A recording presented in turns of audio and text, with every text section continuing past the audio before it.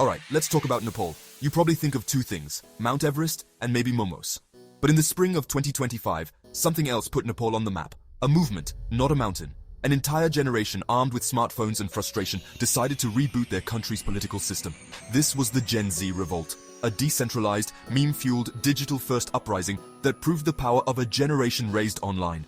Picture tens of thousands of young Nepalese, most too young to remember the civil war, flooding the streets. Not led by old politicians but by each other. Organized on encrypted apps, fueled by viral TikToks and coordinated through global hashtags, they demanded a complete system update. Their defiance sent shockwaves through the Himalayas and beyond. Why does this matter? Because the issues that lit the fuse in Nepal, corruption, lack of opportunity, a government out of touch, are global. The Nepali youth stopped waiting for solutions and started building their own. Their story is a blueprint, a warning, and a source of hope. And it all started with a generation that refused to accept that's just the way things are.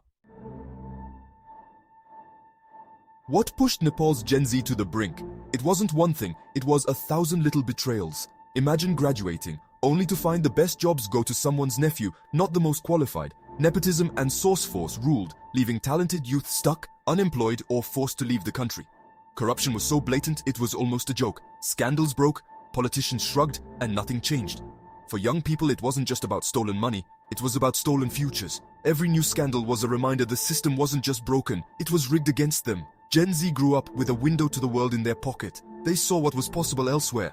They knew this wasn't normal, and they refused to accept it. The gap between the world they saw online and the one they lived in became unbearable. The government, led by out-of-touch old men, talked at the youth, not to them. They dismissed Gen Z as lazy kids glued to their phones, missing the fact that those phones were connecting, educating, and empowering them. The government's biggest mistake?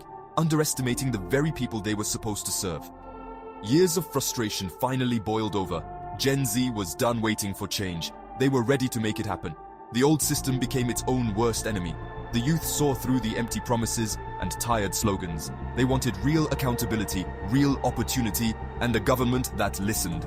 The stage was set for something big. All it needed was a spark. And that spark was coming. Every movement has a tipping point.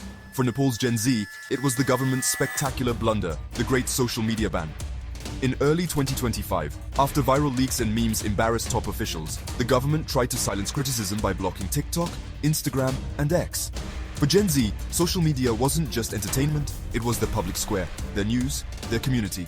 The ban felt like a gag order on an entire generation. Instead of silencing dissent, it united everyone, from urban artists to rural students. The irony? Trying to stop online criticism created an offline crisis. The day the ban went live, protests began. Small at first, but the message was clear. You can't delete us. The ban solved the movement's biggest challenge, getting people to show up in person. For every account silenced, 2 protesters appeared on the street. The government's attempt at control backfired, making them look both authoritarian and clueless. The fight for digital freedom had begun. How did a social media ban spiral into a political earthquake? Fast. Day 1. Protests erupt in Kathmandu. Hundreds at first, coordinated via VPNs, videos going viral. The government shrugs it off. Big mistake. By day 3, thousands fill the streets. The protests aren't just about the ban anymore. They're about everything. Slogans like, "You banned our memes, we ban you," take over. Decentralized organizing becomes the movement's superpower. No leaders, just signals and encrypted messages. The police crack down with tear gas and water cannons, but it only galvanizes the movement. Images of unarmed youth facing riot police flood the internet, drawing global attention. Protests spread to other cities. The Momo strike boycotts businesses linked to the elite. Economic warfare, Gen Z style. Influential artists, musicians, and tech CEOs publicly back the protesters, giving the movement legitimacy. The capital grinds to a halt. The government is in crisis mode. On day 16, the Prime Minister resigns on live TV, admitting his government failed to understand the new generation. The social media ban is repealed the next day. A youth-led, meme-fueled movement just toppled a government. The world is stunned. The old guard is shaken. The youth celebrate, but they know the real work is just beginning. The movement proved that power can shift fast. Nepal's Gen Z had changed the game, and everyone was watching. How did a leaderless movement coordinate so many people? They used the tools they grew up with. The Gen Z revolt was native to the internet. Memes, viral challenges, and encrypted group chats replaced old-school organizing. Memes mocked corrupt officials, spreading faster than any editorial. Public platforms like TikTok and Instagram spread awareness. Encrypted apps like Signal and Telegram handled logistics and safety. If one group was shut down, 10 more popped up. No leaders meant no easy targets. Everyone contributed, from graphic designers to comedians. Influence was distributed among thousands of micro-influencers and anonymous accounts. The movement felt like it belonged to everyone. They live-streamed protests, broadcast police violence, and used English hashtags to break into the global news cycle. Infographics and explainers translated their struggle for a worldwide audience. They weren't just protesting, they were running a global media campaign from their phones. The authorities couldn't keep up. The world saw what Gen Z wanted them to see. The internet was their battlefield, and they were winning. The digital generation had found its voice. It wasn't all memes and hashtags. The government fought back, hard. Tear gas and water cannons gave way to beatings and arrests. Some protesters were injured, a few lost their lives, but every act of violence was documented and shared, fueling the movement's resolve. The government tried to shift the narrative, blaming foreign interference and spreading conspiracy theories. State media painted protesters as puppets of the West, hoping to divide the public. The youth countered with Made in Nepal, sharing personal stories and rejecting outside influence. Older opposition parties tried to hijack the movement, but Gen Z refused to let them. No leader, no party became a rallying cry. This wasn't about swapping one set of politicians for another. It was about changing the whole system. The movement's independence was its strength. The old playbook didn't work. Gen Z was rewriting the rules.